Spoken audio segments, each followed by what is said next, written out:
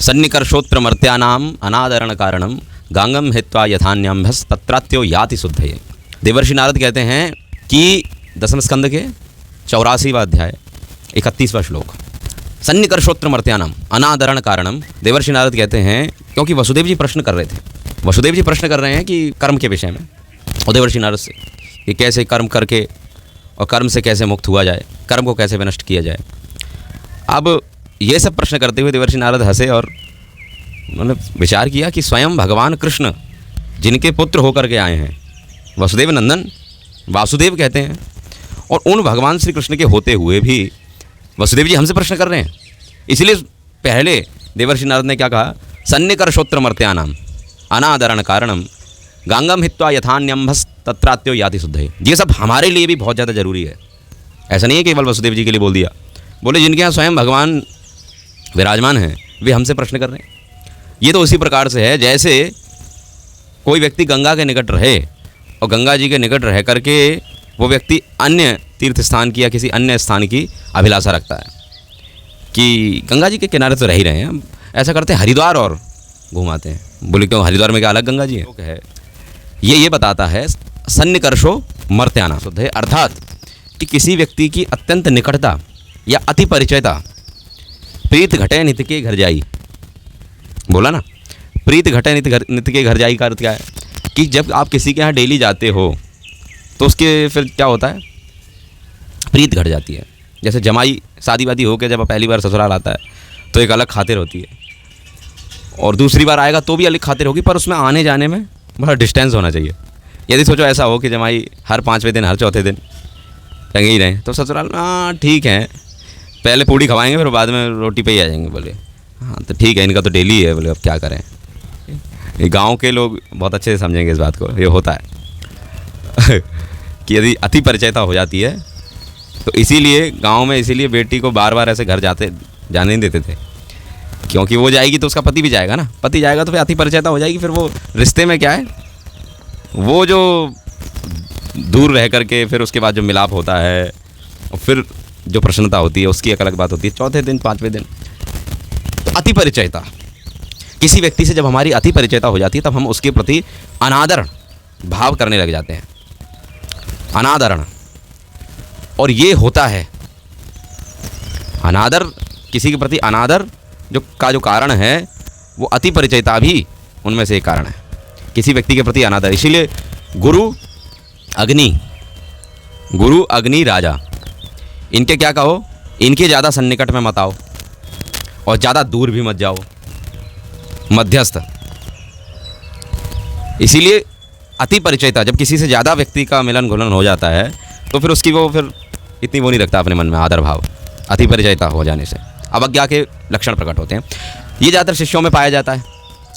जब अति परिचयता हो जाती है और ज़्यादातर गुरु के साथ में रहने वाले शिष्य जो होते हैं उनके अंदर कई बार ऐसी प्रवृत्ति पाई जाती है। मैंने पर्सनली आँखों से देखा हुआ है, तो ऐसी घटनाएं मैंने आँखों से देखी हुई हैं। कैसे व्यक्ति गुरु के साथ रहता है और गुरु के अति परिचय हो जाने से या गुरु के अति सन्निकट होने से व्यक्ति में कैसे उनके प्रति अनादर भाव होता है और फिर कैसे उसकी पतन शुरू होता है, अति सन्निकर्ष। इसीलिए गुरु और अग्नि और राजा, इन तीन के ज़्यादा ना पास जाओ ना ज़्यादा दूर रहो। राजा के ज़्यादा पास रहोगे ना तो किसी दिन यदि कोई गलती हो गई तो सीधा दंड मिलेगा, और यदि राजा से ज़्यादा दूर रहोगे तो फिर कुछ प्राप्त भी नहीं हो पाएगा, धन आदि।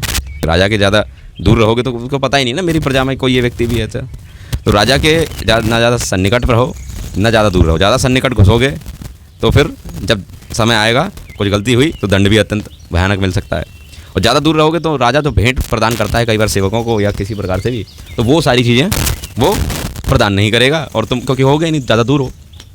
अग्नि के अत्यंत निकट रहोगे तो ठंडी में अग्नि के ज़्यादा पास रहोगे तो क्या होगा, ज़्यादा पास चले गए तो जल जाओगे, और यदि ज़्यादा दूर चले गए तो फिर आपकी ठंड समाप्त नहीं हो सकती। तो कितना रखते हैं हम, जब हाथ सेकते हैं ना जो सर्दी में, तो उसमें ऐसे दूर रख के थोड़ा सा पास ला के फिर ऐसे ऐसे करते हैं, ऐसे ऐसे करते हैं, मतलब इतना रखते हैं कि जले भी ना और इतना दूर भी ना ले जाएं कि वो ठंडे ना पड़े रहे हाथ। कितनी दूर से, 1 किलोमीटर दूर से थोड़ी करेगा ऐसे पास में रखते हैं फिर थोड़ा हटा। तो इस प्रकार से अग्नि के साथ जैसे हम व्यवहार करते हैं, राजा के साथ जैसे व्यवहार करते हैं, ऐसे ही गुरु के साथ में कई लोग अत्यंत निकटता हो जाती है और फिर उस कारण से अवज्ञा करने लगते हैं। तो गुरु के अत्यंत निकट रहोगे तो क्या होगा? अनादर बनेगा गुरु के प्रति। वो जो भाव था आपका, देवत्व भाव होना चाहिए ना गुरु के प्रति। सर्वदेवमयो गुरु, गुरु के चरणों में शरणागति के भाव से। पर अति परिचय हो जाने से व्यक्ति गुरु को साधारण बुद्धि रखने लगता है। गुरुषु नरमति, गुरुषु नरमति वैष्णवे जाति बुद्धि, विष्णु पादम्बुज साधारण जल बुद्धि। भगवान विष्णु के चरणामृत कैसी साधारण बुद्धि रखना, वैष्णव में जाति बुद्धि रखना, और जो गुरुषु नरमति, गुरु में नरमति, नार की सा, यदि साधारण नर बुद्धि आ गई, क्यों ये होता है? साथ में रहने वालों के हो जाता है। गुरु के अत्यंत सन्निकट रहते हैं तो क्यों हो जाता है? बोले वो उनकी डेली लाइफ देख रहे होते हैं। ये तो हंसते भी हैं, ये तो चलते भी हैं, ये तो उठते भी हैं, अरे ये तो मजाक भी करते हैं, और कई प्रकार की चीज़ें। ये तो साधारण मतलब लगने लगता है उसको कि ये तो मेरे जैसे ही हैं, इनमें कोई ज़्यादा कोई विशेषता नहीं है, ऐसा कुछ नहीं कि ये तो बोले कविराज गोस्वामी ने ऐसे ही बोल दिया है, यद्यपि अमार गुरु चैतन्य दास तथापि जानी है तहाँ ताहे तहार प्रकाश। बोले वो सब बातें हैं पर इतना नहीं होना चाहिए, क्योंकि मैं जो इनका जीवन देख रहा हूँ वो तो ऐसे ही चल रहा है, साधारणतया मैं भी मेरी तरह ही चल रहा है। तो ऐसा हो जाता है। इस कारण से व्यक्ति गुरु के प्रति अनादर हो जाता है। या देवर्षि नारद तो क्योंकि यूँ कह रहे हैं, क्योंकि देवर्षि नारद वसुदेव जी से ऐसा बोल क्यों रहे हैं? पहली बात हमें ये जानना चाहिए। क्योंकि प्रथमतः क्योंकि वसुदेव जी के पुत्र होकर के भगवान स्वयं आए हैं, और भगवान के होते हुए ये हमसे प्रश्न कर रहे हैं। अर्भकम, क्यों प्रश्न कर रहे हैं? अर्भकम, अर्भकम अर्थात बोले क्योंकि आप भगवान को अपना पालक मानते हैं, अपना पुत्र मान रहे हैं, इसलिए भगवान पूर्ण पुरुषोत्तम के होते हुए भी आप क्या कर रहे हैं? हमसे इस विषय में जिज्ञासा कर रहे हैं। वसुदेव जी को नारद जी ने पहले ये बात समझा दी है ना। देवर्षि नारद वसुदेव जी को माध्यम बना करके हमें सबको बताना चाह रहे हैं, वसुदेव जी को माध्यम बना करके हमें सबको बताना चाह रहे हैं कि कभी ऐसा साधारण मत रखने लग जाना। नहीं तो परीक्षित महाराज गए थे सुखदेव गोस्वामी के पास, बोल सकते थे, बोले ये तो क्या है, नवयुवक है, अभी युवावस्था में अभी चरण भी नहीं रखा है, अभी तो मतलब स्टार्ट हो रही है इनका जीवन, ये मुझे क्या मृत्यु से बचाएंगे, ये मुझे क्या देंगे। इसीलिए साधु संत महात्मा आदि के पास यदि आप जाते हो तो अपनी जो ज़्यादा बुद्धि चलाने की जो हमारी आदत है ना, जो हम संसार में भी रखते हैं, व्यापार में भी रखते हैं, व्यवहार में भी रखते हैं, आहार में भी रखते हैं, सब चीज़ों में रखते हैं ना, क्या करते हैं? ज़्यादा बुद्धि चलाते हैं। तो इसलिए साधु संत महात्मा आदि गुरु आदि किसी के पास भी आप सन्निकट रहते हो या वास करते हो या जाते हो या उनसे मिलते हो या उनसे बात करते हो या उनसे भेंट करते हो, तो अनादरण कारण, अनादर का कारण बनेगी अति परिचयता।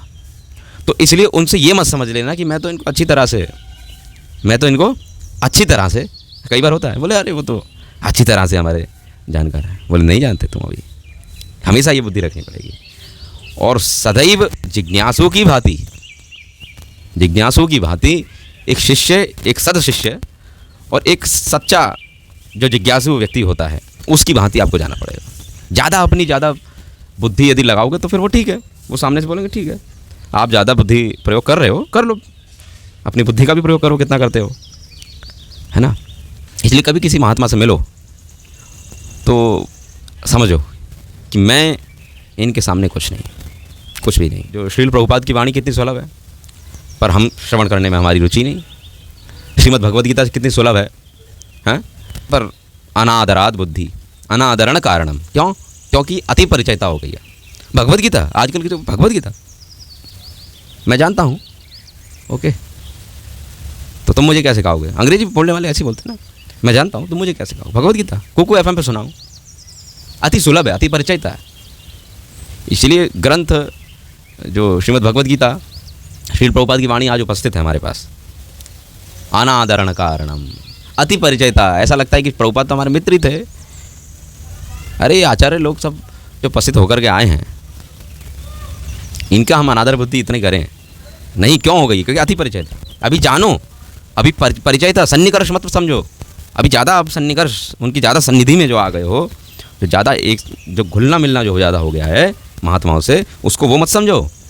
अभी समझो बहुत दूर हूँ मैं इनसे। दूर का मतलब इनके स्तर, इनका जो स्तर है उस स्तर से बहुत नीचे हूँ, अभी बहुत नीचे हूँ। बाह्य दृष्टि से मुझे, इन जड़ आँखों से मैं इनके विषय में नहीं जान पा रहा हूँ। ये दिख तो मेरी तरह ही रहे हैं, 2 हाथ 2 पैर वाले ही हैं, कोई अलग थोड़ी है। क्यों? अति परिचयता हो गया। इसलिए वो शिष्य, वो साधक, वो व्यक्ति विशेष जो अति सुलभता से प्राप्त होने वाली श्रेष्ठ वस्तु को, अति सुलभता से प्राप्त होने वाली श्रेष्ठ वस्तु को अनादर बुद्धि से देखता है, वह जीवन में असफल रहता है उस मार्ग पर जिस मार्ग के लिए उसे प्राप्त था। ऐसा हो, इसीलिए जो लेने वाले होते हैं वो ले जाते हैं। श्रील प्रभुपाद ने इसको बात को एकदम राइट समझा, सही रूप से, बिल्कुल। श्रील प्रभुपाद जब फर्स्ट टाइम ही मिले अपने गुरु महाराज से, तभी से उनका वो शुरू हो गया था। और वो सन्निकर्षता नहीं आई, सन्निकर्षता आई पर वो अनादर कारण नहीं आया कभी।